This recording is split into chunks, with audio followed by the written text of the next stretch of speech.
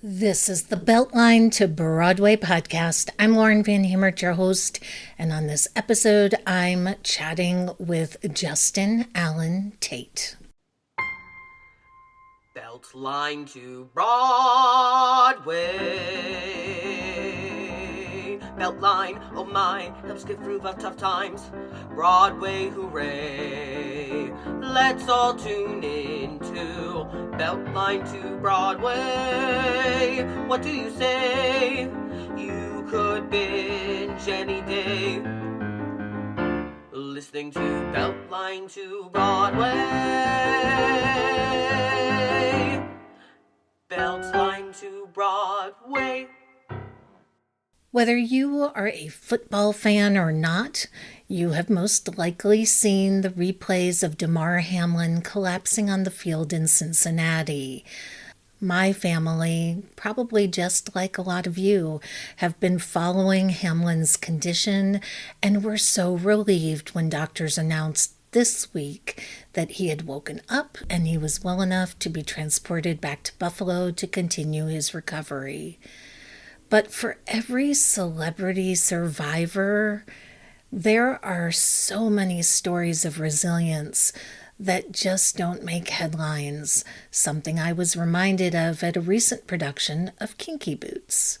Justin Allen Tate is starring as Lola in the Opera House Theater Company production, and though his performance is truly brilliant, it is perhaps his own real-life heart song that is most awe-inspiring. Here's our conversation. I grew up in a very diverse, in Memphis, Tennessee, it is a melting pot of people. A lot of people, I don't know if a lot of people know, a big thing where I'm from is show choir. So when I was in the 7th and 8th grade, my high school show choir was just the bee's knees. There was nothing better than it. There was nothing, they had such poise and just grandeur and so proud to be on stage. And I saw that. And that was one of the things that I saw as a young 7th, 8th grader. And I said, I want to be that.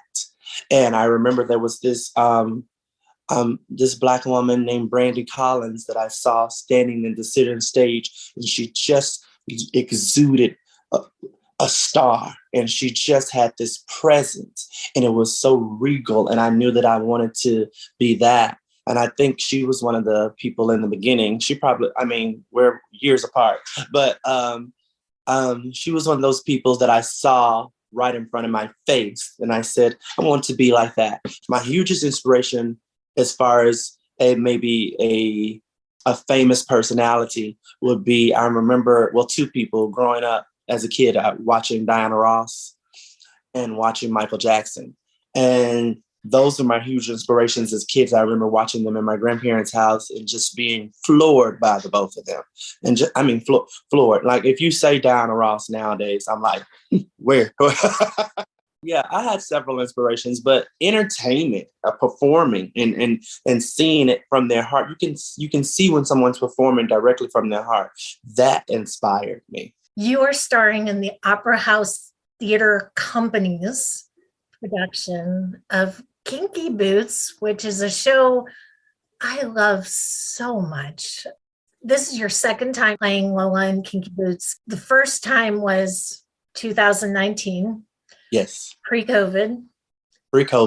Pre-George Floyd. So what is it like stepping back into this role now? To be honest, I try to put a lot of those things aside and do my job as an actor. A lot of times, actors jump on bandwagons and political bandwagons and things of that nature. I don't necessarily do that. My job as an actor is to tell the story that's presented to me and to entertain. And I try to do that at my full core every time I step on stage. So, not to be rude, but I don't care who you affiliate with politically. I want you to be entertained. When I step on stage, that's my job and that's what I do. But the biggest transition from Lola 1 to Lola 2 for me was during Lola 1, I was very sick. And I wasn't necessarily telling people quite yet about all the things that I had been through. So I will say I did the show in 2019 at Playhouse on the Square in Memphis, Tennessee. It was the regional premiere there. Anybody that's in that cast, I thank them all, because I would not have been able to get through that production without that cast and without the angels there. They lifted me up. They helped me. Everybody was just a team there, and just as much as they are here at Opera House, it's a great team here too. So I've been lucky to be around great people, great artists. Can you talk about or share with us your help? I mean, we all watch by now, whether you're a football fan or not, Damar Hamlin collapse on the field. And I think that's fresh in people's memories. You also are a cardiac survivor, stroke survivor. Can you talk about your story? It's been a rocky road. I suffered a heart attack in 2017. And I was diagnosed with congestive heart failure around that time. I was actually on the road in Milwaukee, Wisconsin, doing a show. And I never experienced anything like that. I just thought it was after a show. I thought I was just tired. I thought I was really dancing that night, and figured out that wasn't the case. I was in bed and I was like, oh, it felt like someone was, like the two strongest guys on earth were pressing on the front and the back of me. And I called a castmate, took me to the hospital, and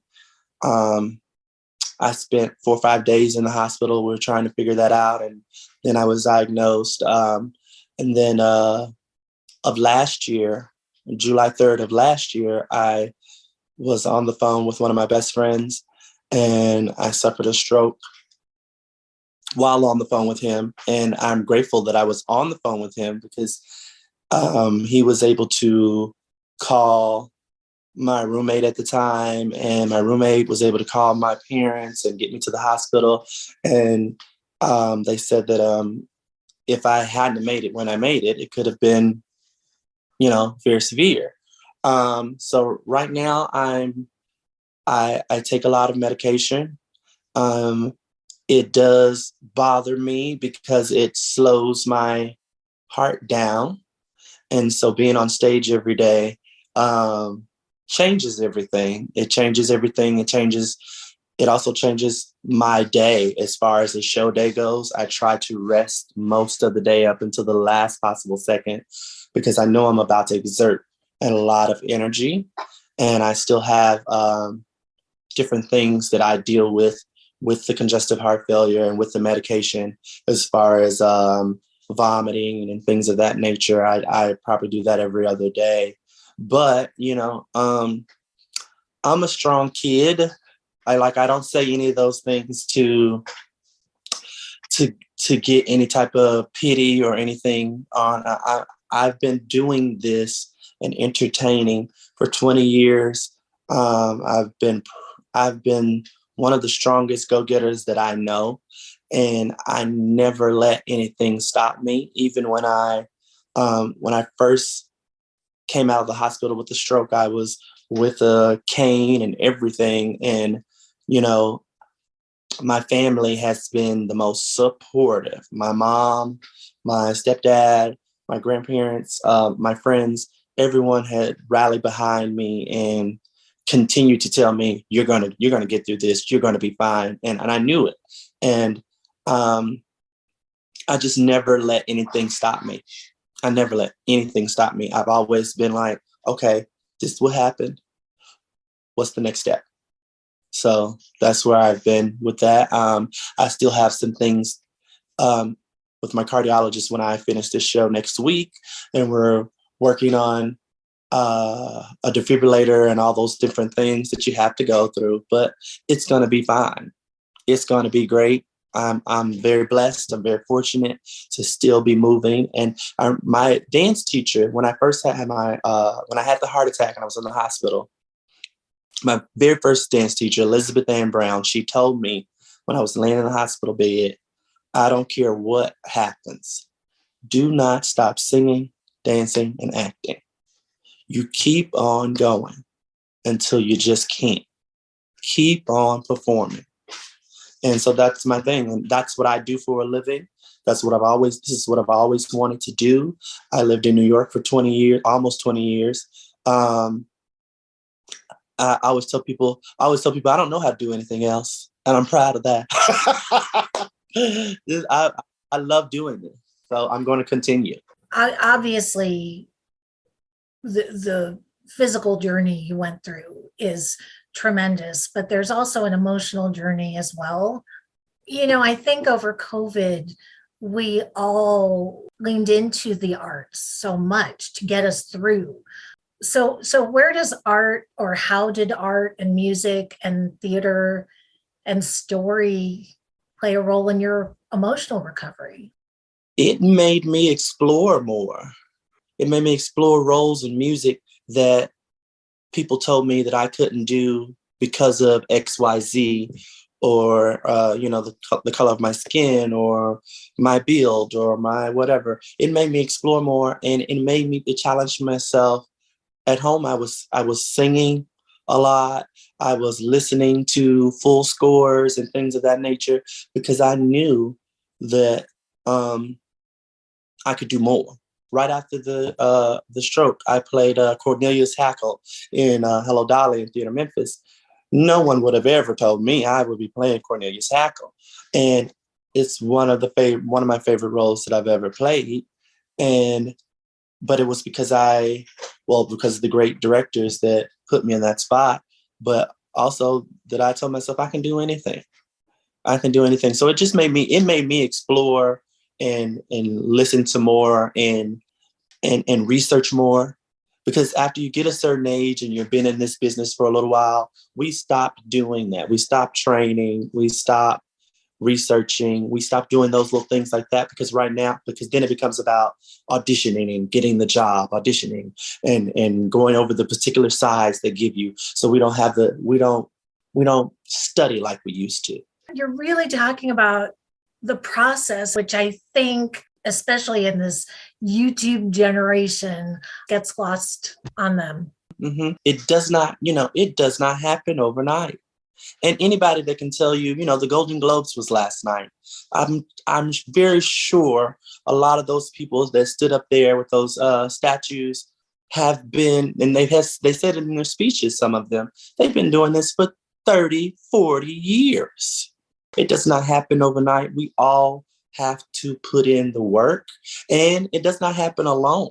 I always contribute a lot of things to my mother, Andrea, mommy, because she was the one who sat out in the middle of the night while I was in ballet class at the bar, while I was in voice lessons, and she was the one who did whatever she needed to do to make sure that I got the proper training. And it is about the training. It is about the homework. Even when you go to auditions, you still have to put in the work. It is not the most talented person in the room that gets the job always. It is the most prepared person in the room. Theaters changed during COVID because everybody shut down. And I feel like as theaters have reopened, there is definitely the suggestion that theaters are more mindful of performers' mental health, physical health. Do you find it easier talking about or being truthful about your physical challenges? I do. I think that it's made us talk about a lot of these things like this. It's made us talk about how you feel emotionally about COVID and your fellow cast members and different things. So I think it's a great thing. I think that the theater community has always been a family. First of all, it's always been a family. We've always been reaching out to each other and making sure each other feel loved and feel supported. But I feel like we've doubled down on it even more now with so many things going on, especially in the regional world where a lot of these actors were making their income off of theater. Their full income off of theater. I was one of those who went through a period of I had no income coming in because theater was my full-time job. and a lot of regional actors around this country dealt with that, and we didn't really speak about that. We didn't speak about it because a lot of people don't know. We don't pay attention to the regional act. We think about the people that we see on Broadway at the Tonys and all these things of that nature, but there's thousands and thousands of actors who support themselves all over this country regionally, and it took us all down. It took us all down because some theaters don't have insurance and different things of that nature to take care of non-union actors and things of that nature. So I think that I'll say for my Memphis community, we did very good of supporting each other, asking people if they're okay. Do you need to talk? You can talk to me and things like that. But the theater, that's what I love. That's one of the things I love about the theater community. We have each other's backs. I was working on a vision board for myself and reflecting on what my word is going to be this year. And for me, it's really about being present. Do you have a word for this year? I think probably honest, because I want to be honest with myself and honest with my friends and my family. I want to be true. In past years, I have stepped over in my health issues, and I'm not doing that anymore. I'm going head on and being honest about what's happening with me and what the next step is. I think that's the best thing I can think of is honesty. What would you tell 7th grade Justin Allen Tate, knowing what you know now? What would you tell him? Oh, what would I tell 7th grade Justin Allen Tate? What I would tell him is not going to be exactly how he thought it was going to be. He has a very 7th grade Justin Allen Tate, as well as this Justin Allen Tate, has a very huge imagination and huge dreams. I would tell him that things are not going to go like you saw in your imagination, but keep fighting, keep working. The bottom line is to, I also, a lot of times when I have hard times, I try to think about my parents and my grandparents. I stand on their shoulders. My parents and my grandparents are very hardworking people. My mother's the most hardworking woman I know. So for me, it's about representing my family everywhere I go and in everything I do, because they raised me and they instilled in me all the values and the things that have gotten me to today. They have gotten me to today, and they're still right there. So I always think about them. I think about them when I was in my younger years. I used to think about them on roles that I would accept or not accept. Now I don't do that anymore. Nowadays we're like, okay, we're a little older now. We can accept what we want to accept. But I still think of them because they set a standard for me, and I'm very grateful to my parents and my grandparents. The Opera House Theater Company production of Kinky Boots runs through January 15th at historic Thalian Hall in Wilmington, North Carolina. Next up for Justin is the Mid-South Pride pageant in Memphis.